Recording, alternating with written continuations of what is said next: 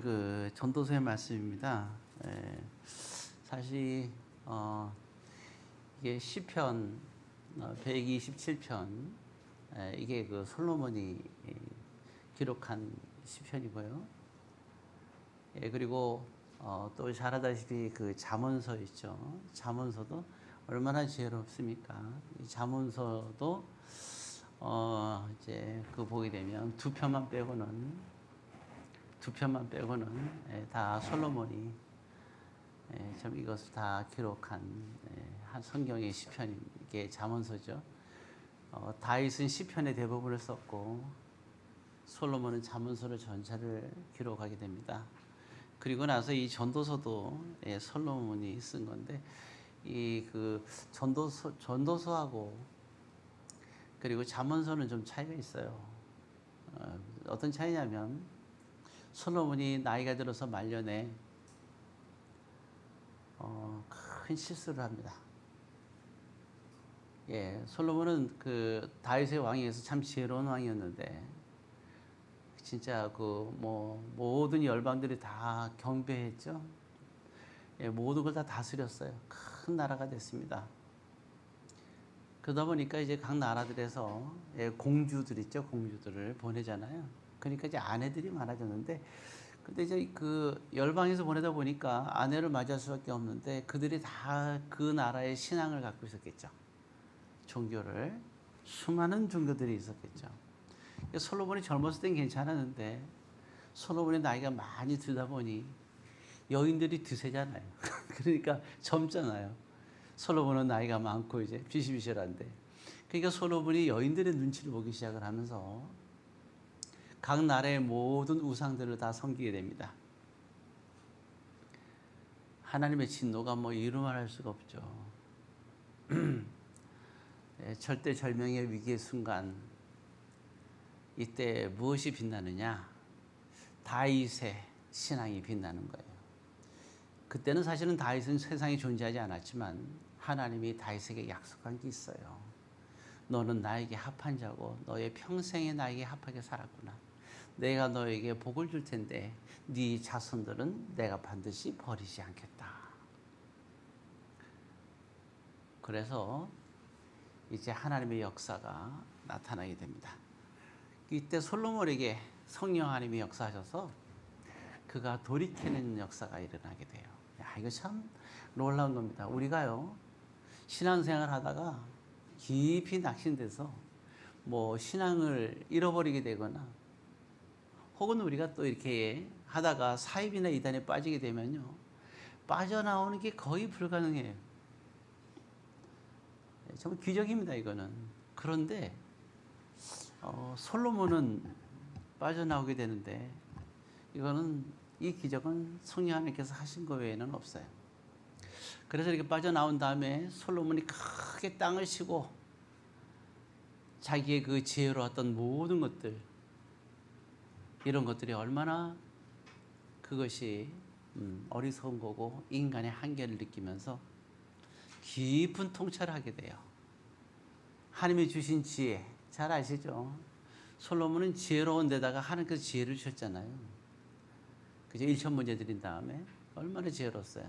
근데 이게 이렇게 지혜로운 것이 있었지만 그가 큰 어려움을 당하고 하나님께 큰 범죄를 하고 어려움에 당하고 다시 그가 회복이 된 다음에는 그에게 있는 지혜는 단순하게 머리에 있는 지혜가 아니고 그의 가슴을 울리는 지혜가 돼서 깊이가 생겼어요. 그런 거 있잖아요. 똑같은 말도 깊이가 있는.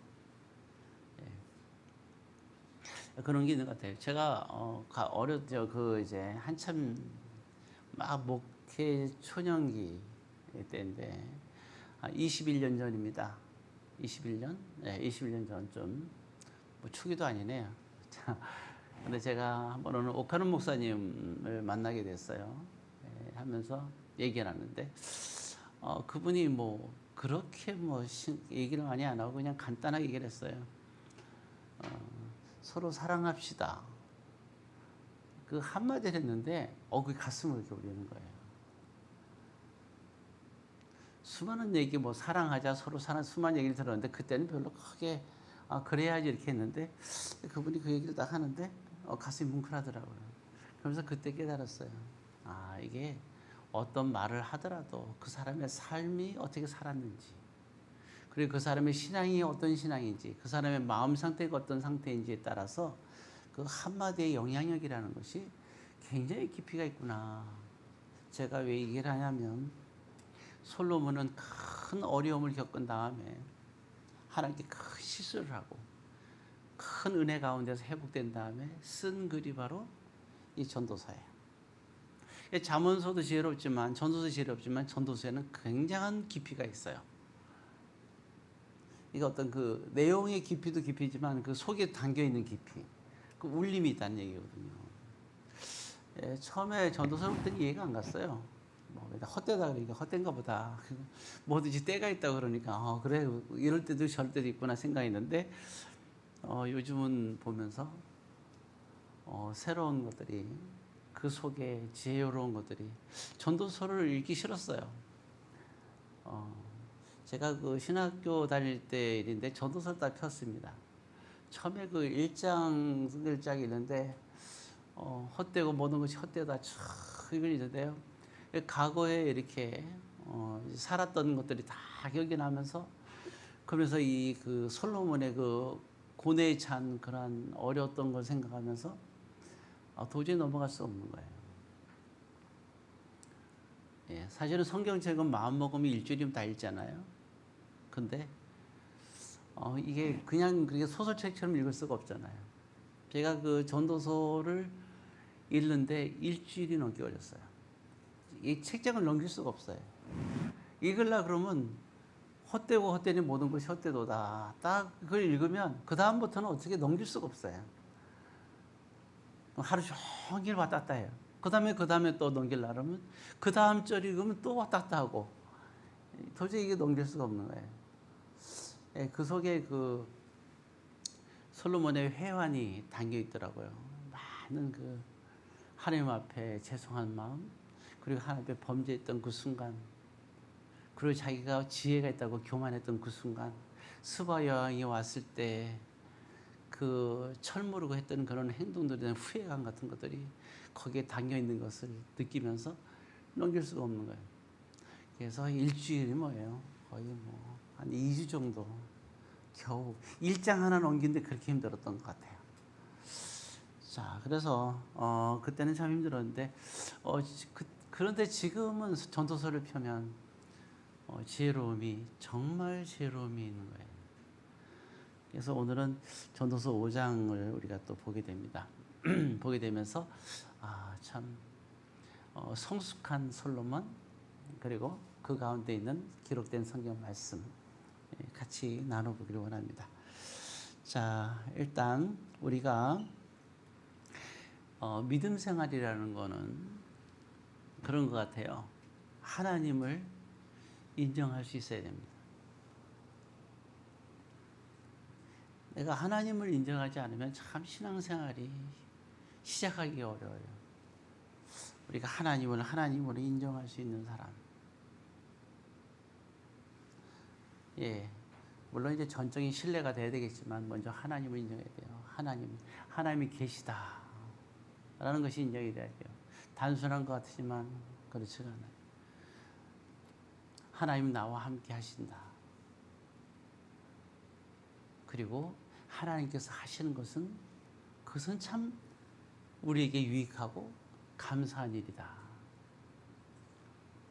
여기서부터 시작이 되는 것 같아요. 그래서 하나님께서 하셨다 그러면 그래 됐어 이런 거 있잖아요. 내가 책상에 좋은 것을 아주 올려놨어요. 아주 맛있는 제가 좋아하는 케이크, 제가 먹는 거 좋아하는 거 아시잖아요. 근데 딱 보니까 내가 어제 오늘 와서 먹으려 했더니 없는 거예요. 당황스럽죠. 자, 오늘 하루가 어떻게 될 것인가 이제 고민하죠. 그래서 하나님 기도하죠. 깊이. 케이크가 나타날 때까지 기도하는 거예요. 주여 케이크는 어디 갔을까 하면서 예를 드는 거예요. 진짜 그렇다는 게 아니라. 근데 딱 보니까 누군가가 먹은 거예요. 그래서 찾았어요. 찾았더니 어떤 사람이 먹었대요. 우리 김영 형제가 다 먹었대요. 진짜 먹었다는 게 아니라 다 먹었대. 그럼 제가 마음이 편하네요. 아유, 그냥 제가 먹었으면 괜찮지. 마음이 하나도 해보지 않아요. 근데 이상한 사람이 먹었어요. 마음의 분노가 일어나는 거죠, 이게.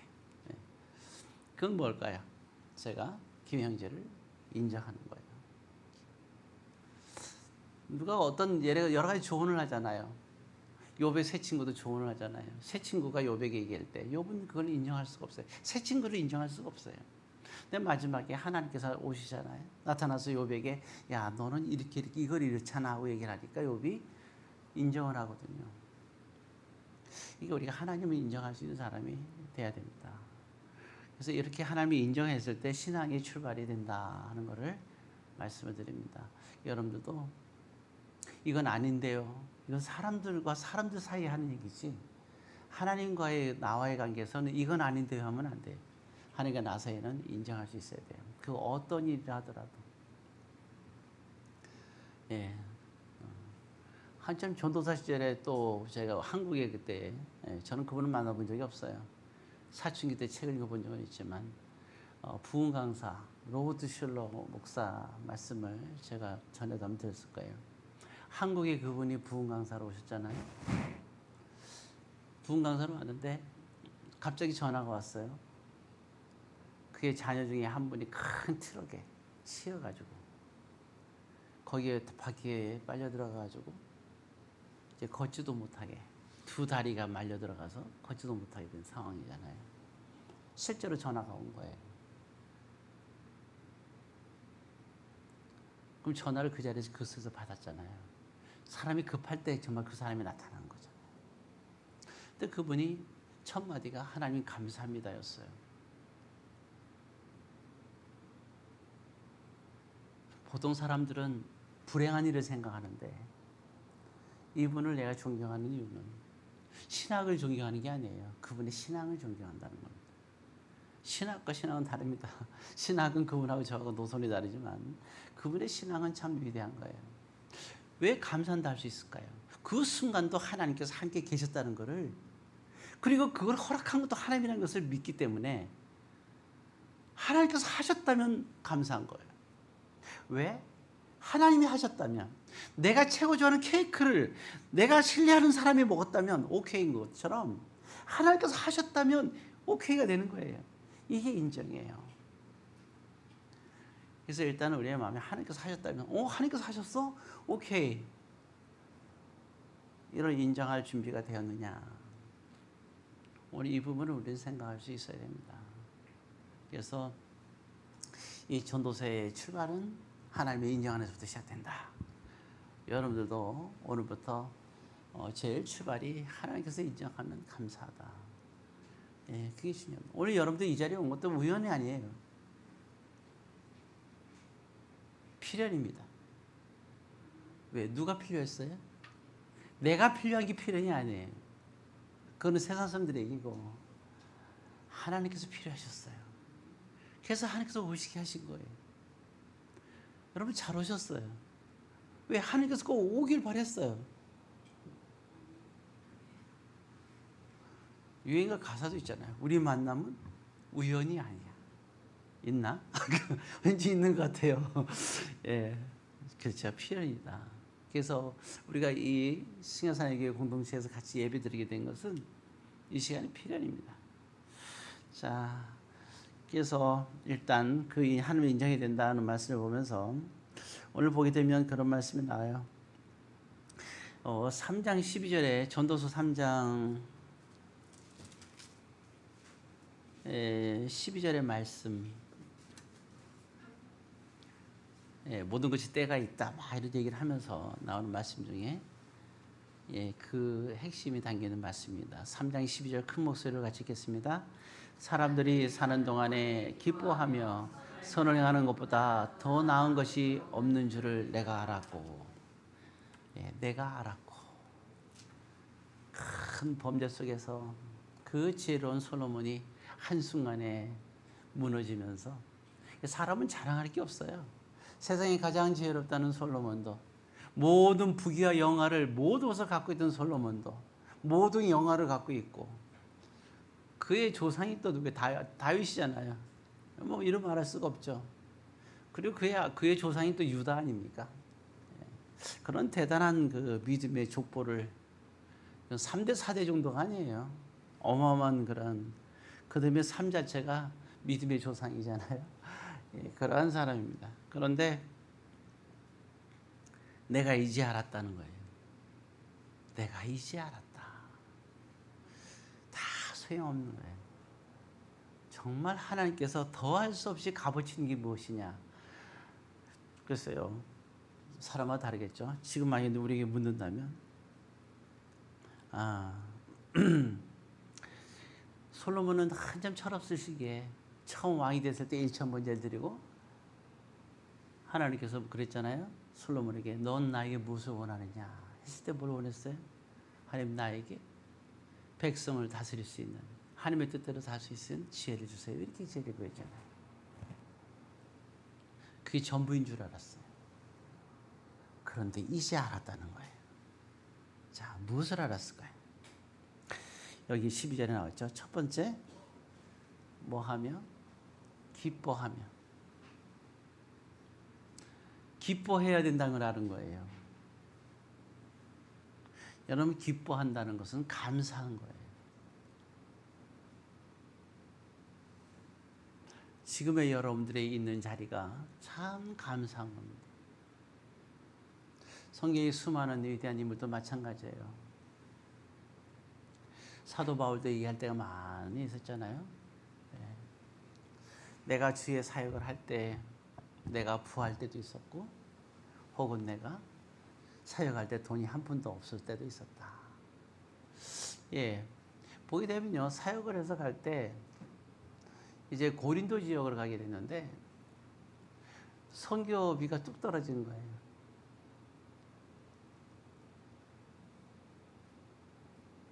가나안 때를 알았으며. 어떤 분들은 그런 분들이 있더라고요. 사역을 할 때 사역자들은 선교사들은 목사들은 기도만 해야지. 굶어 죽더라도 일을 하면 안 되지. 여러분 목사가 굶어 죽으면 일을 할 수 있습니까?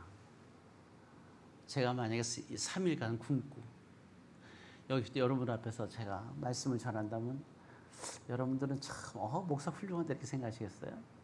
아니면 제가 하루라도 땅을 파가지고 제가 하루를 벌어서 3일치 쌀을 사서 먹고 나서 씩씩하게 해서 말씀 전하는 게 좋겠어요. 가끔가다 이상하게 생각하는 분들이 있더라고요. 목사는 일을 하면 안 된다. 그게요. 일을 하면 되냐 안 되냐 이게 중요한 게 아니에요. 물질이 있으면 되냐 없으면 되냐 중요해. 어떤 분도 그러죠. 아예 너무 이제 먹을 것이 없으면 참 믿음이 없으니 저렇게 먹을 게 없지. 도대체 목사가 기도를 안 해서 그렇지. 이렇게 생각할 수도 있잖아요. 여러분 정말 기도를 안 해서 그럴까요? 참 우리는 삐뚤어진 생각을 갖고 있어요. 그게 아니에요. 바울이 고린도에 저에게 딱 갔는데 바울이 믿음이 없습니까? 바울이 기도를 안 하는 사람이에요? 바울이 신앙이 부족한가요? 바울이 신약성경 27권 중에 13권을 쓴 사람이에요.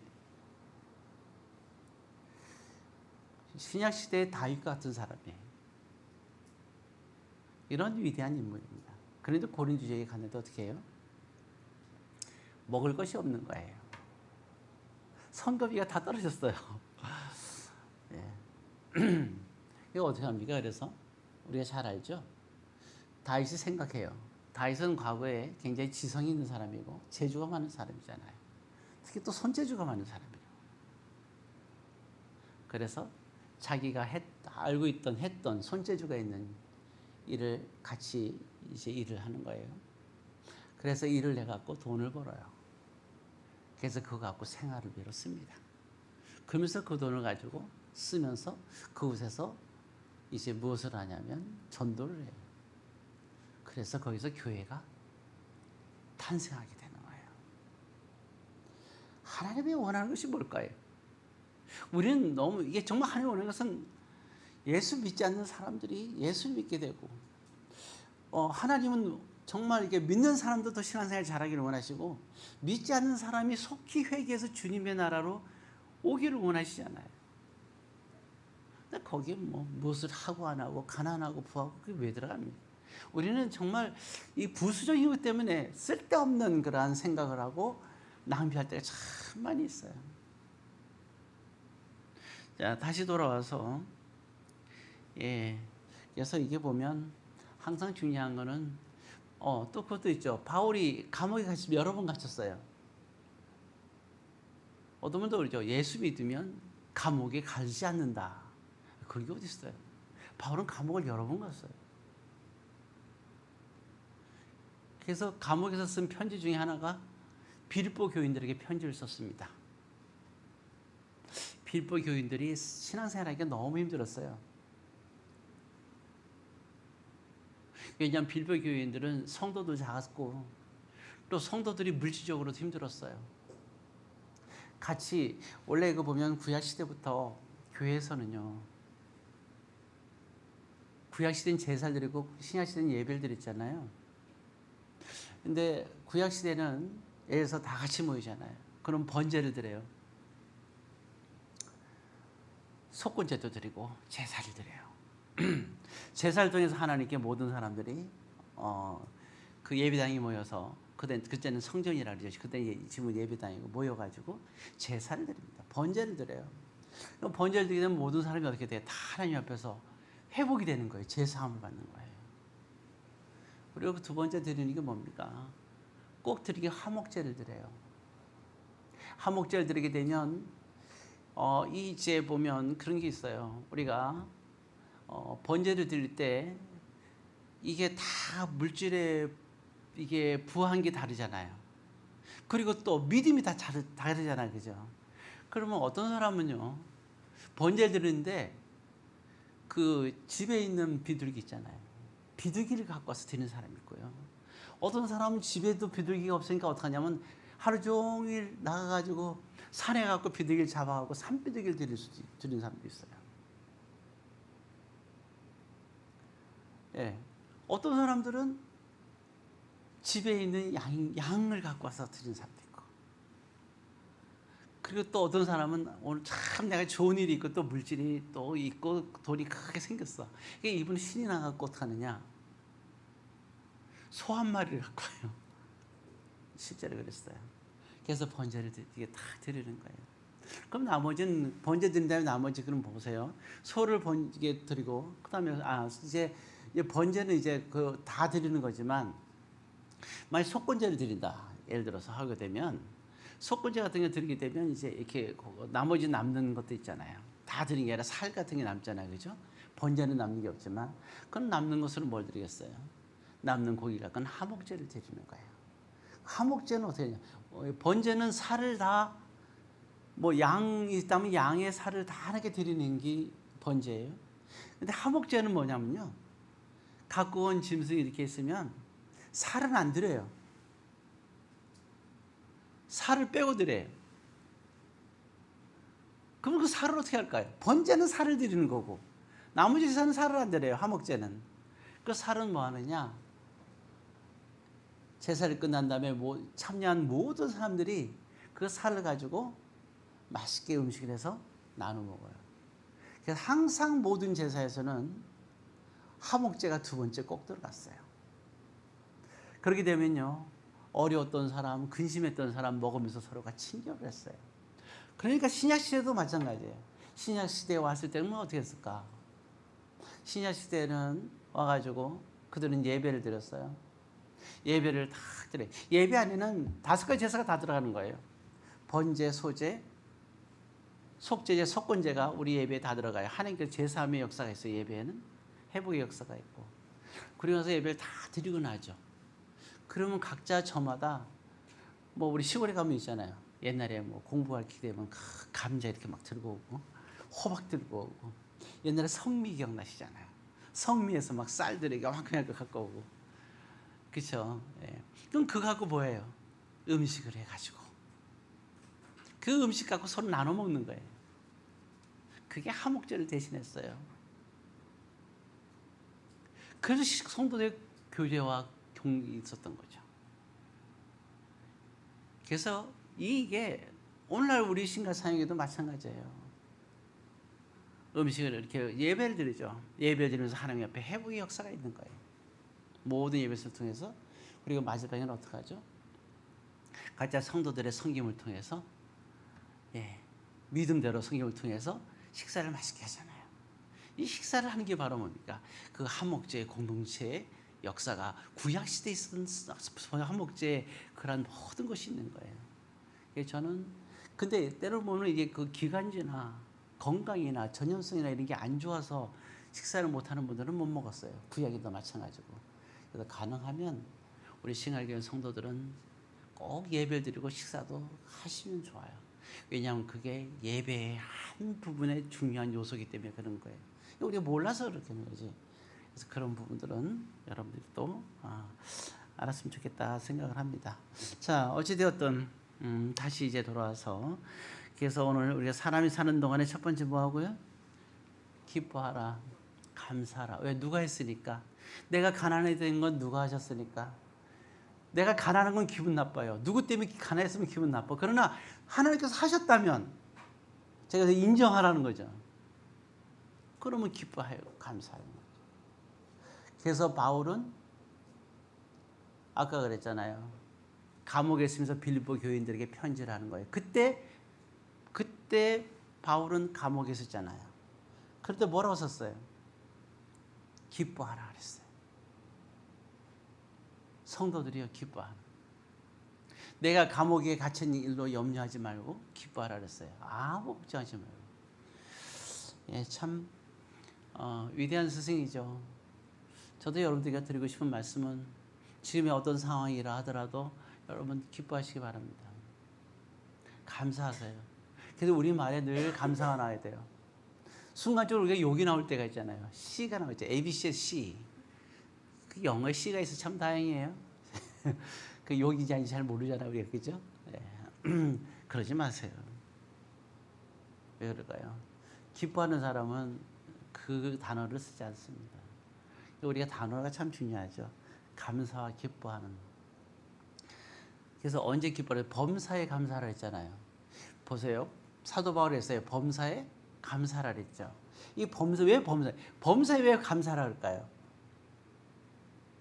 이유는 하나예요. 모세가 말하기를 범사에 모든 일어난 일을 하나님께서 하신 일로 인정하라 그랬어요.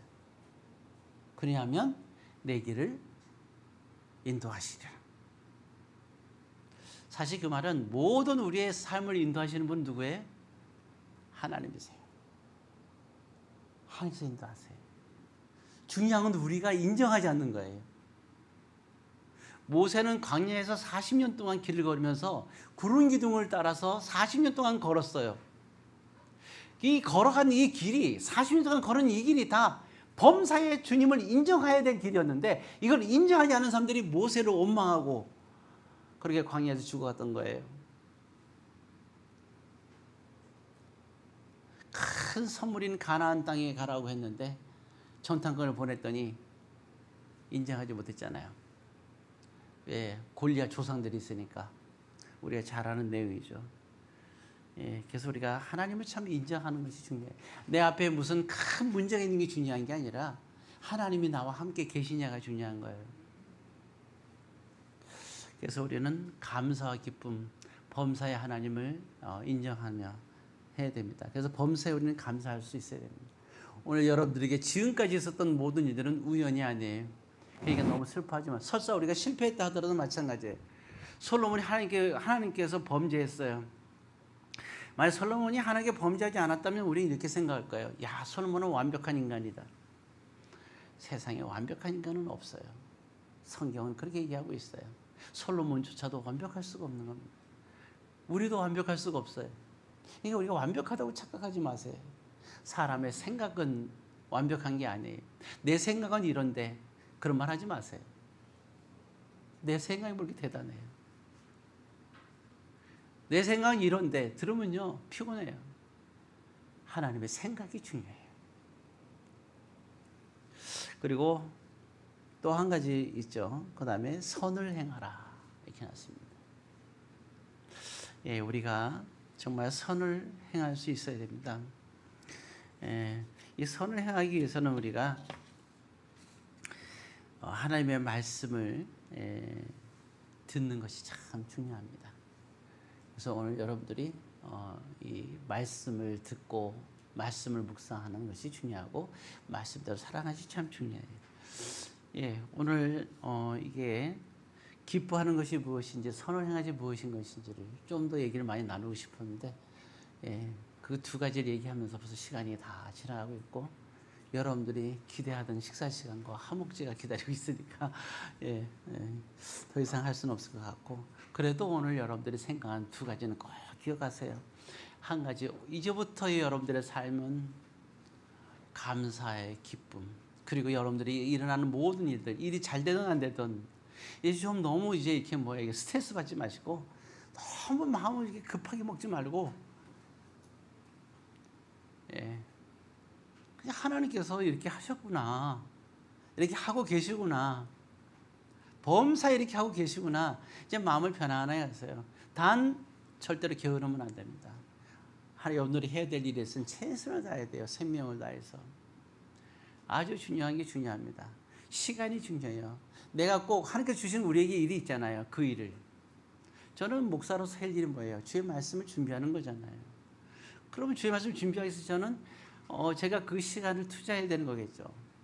여러분들은 여러분들이 할 일 있잖아요. 그죠? 그럼 그 일을 해서 생명을 다해서 여러분들이 그 일을 잘 하시기 바라고 오늘의 이 말씀을 여러분들이 묵상하면서 이제부터 여러분 볼 때 우리 신강사의 성도들을 보면서 사람들이 이제 보겠어요.